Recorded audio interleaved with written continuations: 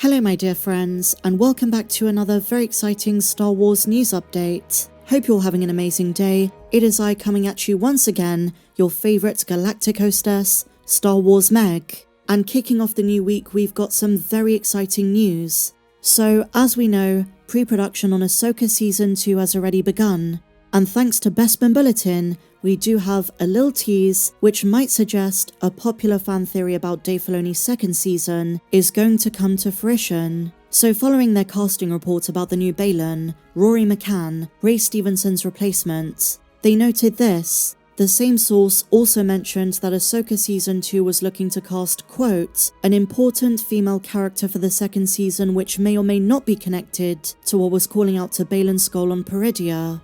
Oh my days guys, it's happening. Are they alluding to Abeloth, the mother of Mortis, the self-anointed bringer of chaos, the queen of the stars, the destructor among gods, an extremely powerful dark side entity with a power of immortality derived from drinking from the font of power, corrupted from bathing in the pool of knowledge? She once served the Mortis gods as a mere mortal servant. She was there to maintain peace between the son and daughter, but fearing that she would lose her precious family, in a desperate attempt to hold on to life, she drank from the font and bathed in the pool of knowledge. Her actions corrupted her though, transforming the mother into a twisted, immortal, power-seeking entity known as Abeloth. Abeloth might become an overarching presence in the Mandalorian universe. I don't know how things are going to end, and I don't know if they're going to follow the legend story, but it is worth saying this. After episode 6, Luke Skywalker intended to search for the realm of Mortis. He learnt how his father Anakin met the Mortis gods, and Luke was after the dagger of Mortis to ensure Abeloth would never return. And so maybe Luke's heard of Peridea. In his study of the Jedi past, he may have heard of the place of dreams and madness. And maybe Harrison Jula and Ezra tell him about it, and Luke is the one who tries to go save Ahsoka and Sabine. Could you imagine a canon face-off between Luke and Abeloth? That would be absolutely insane. And because we know there is a connection between Mortis and Peridea, a storyline of Abeloth seeking a vessel could be what Dave Filoni is setting up. This would make sense in light of two very important developments. Ahsoka is stranded there, and given her connections to the daughter's life force, and the presence of Anakin's Force Ghost, which some fans speculate could be the new father, these presences on Peridea may have awoken something, and Abeloth might be promising Baylan the position of the new son, and maybe it's Ahsoka who has to fight her. Notice how on the statue of the Ones, the head of the daughter was missing. Does Abeloth want that position for herself? The greater mythology in Disney Star Wars canon is a bit of a question mark. We don't know what Dave Filoni's going to do with this. But I won't lie to you guys, I was fully expecting the vessel to be Shin. Bespin Bulletin is holding on to some more information which they will share in due course, but I have to say this is a massive update. Hopefully we learn more at Star Wars Celebration. And speaking of upcoming content, a very exciting tidbit for Andor Season 2, and this is from Nicholas Brittle, the composer of the show. In a brand new interview with Vulture.com, he says the soundtrack for Season 2 is heavily inspired by Rogue One. That's right, the masterful Michael Giacchino score of the 2016 Star Wars movie is going to be reimagined, maybe some motifs reutilized, all through the lens of Nicholas Brittle. This is so exciting because I've always said, the music of Star Wars, especially John Williams, is the heartbeat of the franchise. And so, as a Rogue One prequel, to not only use the show to connect the themes and the story itself, but to go above and beyond and have the composer sprinkle in and interweave elements from the musical score of the movie back into the show is gonna make the whole thing feel like one big story. Andor, Rogue One, A New Hope. I am so excited for this. But moving on my dear friends, Skeleton Crew. The creators of the show John Watts and Chris Ford have been spilling some secrets. They've addressed things like Jod's motivations, connections to the prequel trilogy The High Republic, whether or not the show's going to get a second season, the importance of viewership and those kinds of things. But today guys, we have two more major revelations. The first one, it sounds as though they did a rewatch of everything on Disney+.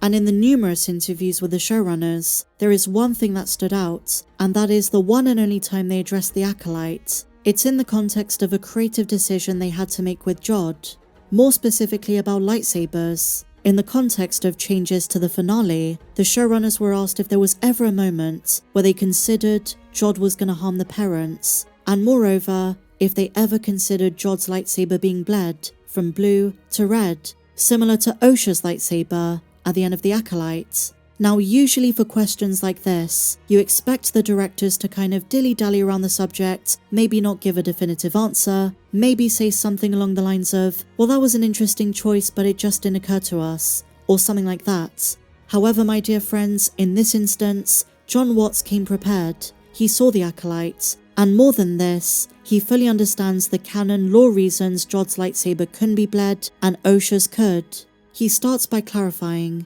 Jod is not a Sith, and they don't want fans to think Jod is unsalvageable. He's a quote, very, very bad good guy. And then he says this, the lightsaber turning red thing is a bit more specific. I think the way they did it in the Acolyte, the crystal was exposed because it's part of a ritual and stuff. We didn't want to get into all of that because Jod is not a Sith. And then he goes on to imply that when he saw that in the Acolyte, he was a little bit baffled. He hadn't read the Disney Star Wars comics which explain this, so he really didn't know, and it sounds like he was a little bit confused. He says this, when I saw that in the Acolyte, I was texting Chris Ford. Is that really how it works? Another interesting fact, during the making of Skeleton Crew, Jon Watts and Chris Ford hadn't seen Andor yet, and so they were blissfully unaware of the fact that just like Wim, Cyril Khan also eats breakfast cereal, and this really ticked them off, because they genuinely thought they were the first ones to think of breakfast cereal existing in the Star Wars universe. But returning to the Acolyte, although Skeleton Crew had a much higher standard of writing, cinematography, just everything was better, the two shows do have a lot in common in terms of viewership, and this seems to be the contributing factor of Jon Watts not wanting to confirm anything for season 2.